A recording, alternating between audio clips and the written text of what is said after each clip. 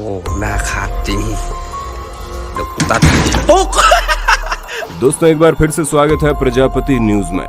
जिंदगी में अपनी तुलना किसी से मत करना। दोस्तों हम अक्सर अपनी जिंदगी में दूसरों से तुलना करते हैं कि काश मेरे पास भी शाहरुख खान जैसी दौलत और शोहरत होती, काश मैं भी मुकेश अंबानी जैसे महंगे घर में रहता, काश मैं भी दुबई के शेखों की तरह पैसे लुटाता, वगैरह वगैरह।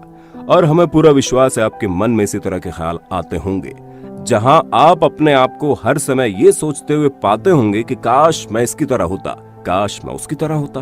अगर आप भी ऐसा ही कुछ करते हैं तो ये वीडियो बिल्कुल आपके लिए, जहां आज मैं यानी आपका दोस्त विशाल प्रजापति आपको ये बताऊंगा कि अपनी तुलना दूसरों से करने का क्या अंजाम होता है।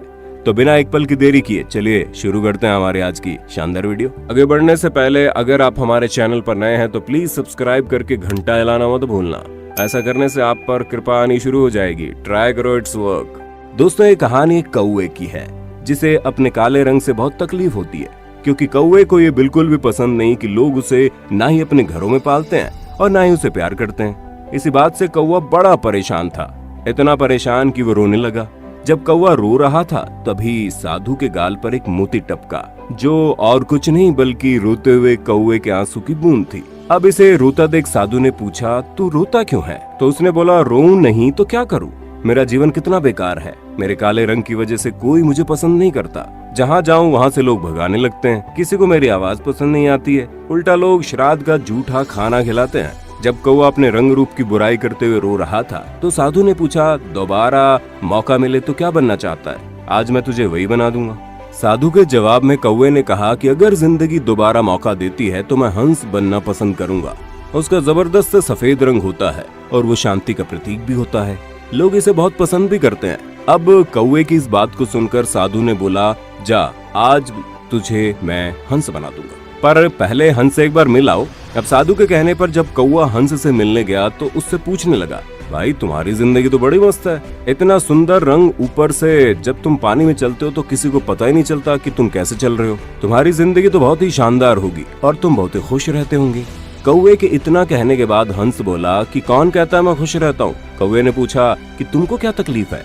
तो उसने बोला, मेरा ये सफेद रंग जो मौत के बाद होता है और जब लोग मेरी तस्वीर खींचते हैं तो पता नहीं चलता कि मेरी तस्वीर खींच रहे हैं पानी की, जहाँ मेरा रंग पानी में मिल जाता है। अब कौवा हुआ हैरान ये सोचकर कि ये तो खुशी ही नहीं है।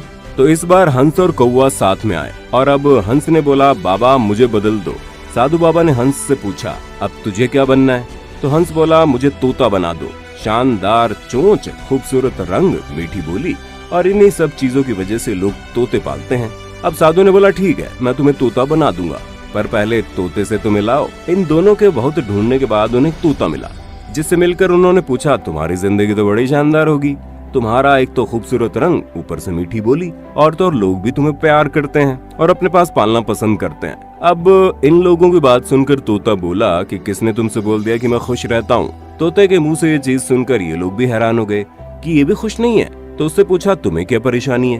तो तोते ने गुस्सा होते हुए बोला कि तुम लोगों को मुझे ढूंढने के लिए पेड़ के पूरे 4 चक्कर लगाने पड़े, मतलब हरे में हरा तो मैं पूरा पेड़ में मिल जाता हूँ। अब बताओ ये भी कोई रंग है? अब इस बार तीनों साधु के पास गए और तोते ने बोला, महाराज मुझे भी एक मौका चाहिए अपने आप को बदलने का।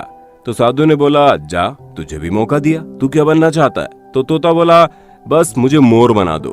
क्या खूबसूरत पक्षी है, इतना खूबसूरत रंग जिसे देखकर लोगों का दिल खुश हो जाता है। तो साधु ने बोला, ठीक है तुम तीनों को अभी कभी मोर बना दूंगा, पर एक शर्त है, पहले मोर के पास जाओ और उससे मिलकर आओ।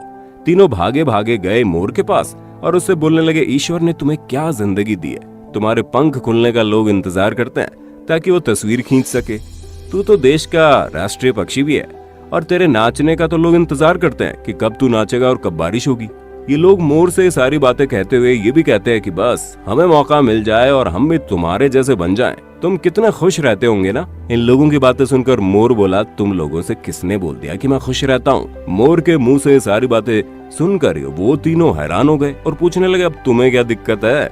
मोर ने बोला, ध्यान से एक आवाज सुनो। वो तीनों ध्यान से आवाज सुनने लगे। उन्हें आवाज आ रही थी। मोर ने बोला, और ध्यान से सुनो। तो आवाज और जोर से आने लगी। उन तीनों ने पूछा, ये क्या है? मोर ने बोला, ये मेरा शिकारी है जो मुझे मारने आ रहा है, और जिस खूबसूरत पंख की तुम लोग बात कर रहे हो, ये उसे मेरे शरीर से नोच कर ले जाएगा और फिर पूरे देश में इन्हें बेचा जाएगा। अब इन तीनों ने गुस्से में मोर से पूछा, तेरे हिसाब से हमें क्या बनना चाहिए कि कौन खुश है? तो कौवे को मोर ने बोला, तू तो कौवा बोला, मैं कैसे? तो अब मोर का जवाब सुनिए। कौवे से मोर ने पूछा, तूने मटन बिरयानी सुनी है? कौवा बोला हाँ। तूने चिकन बिरयानी सुनी है? कौवा बोला हाँ। लेकिन क्या तूने कभी कौवा बिरयानी सुनी है? कौवा बोला नहीं। मोर बोला, तुझे कोई मारेगा? तुझे किसी से जान का खतरा है? कौवा बोला नहीं।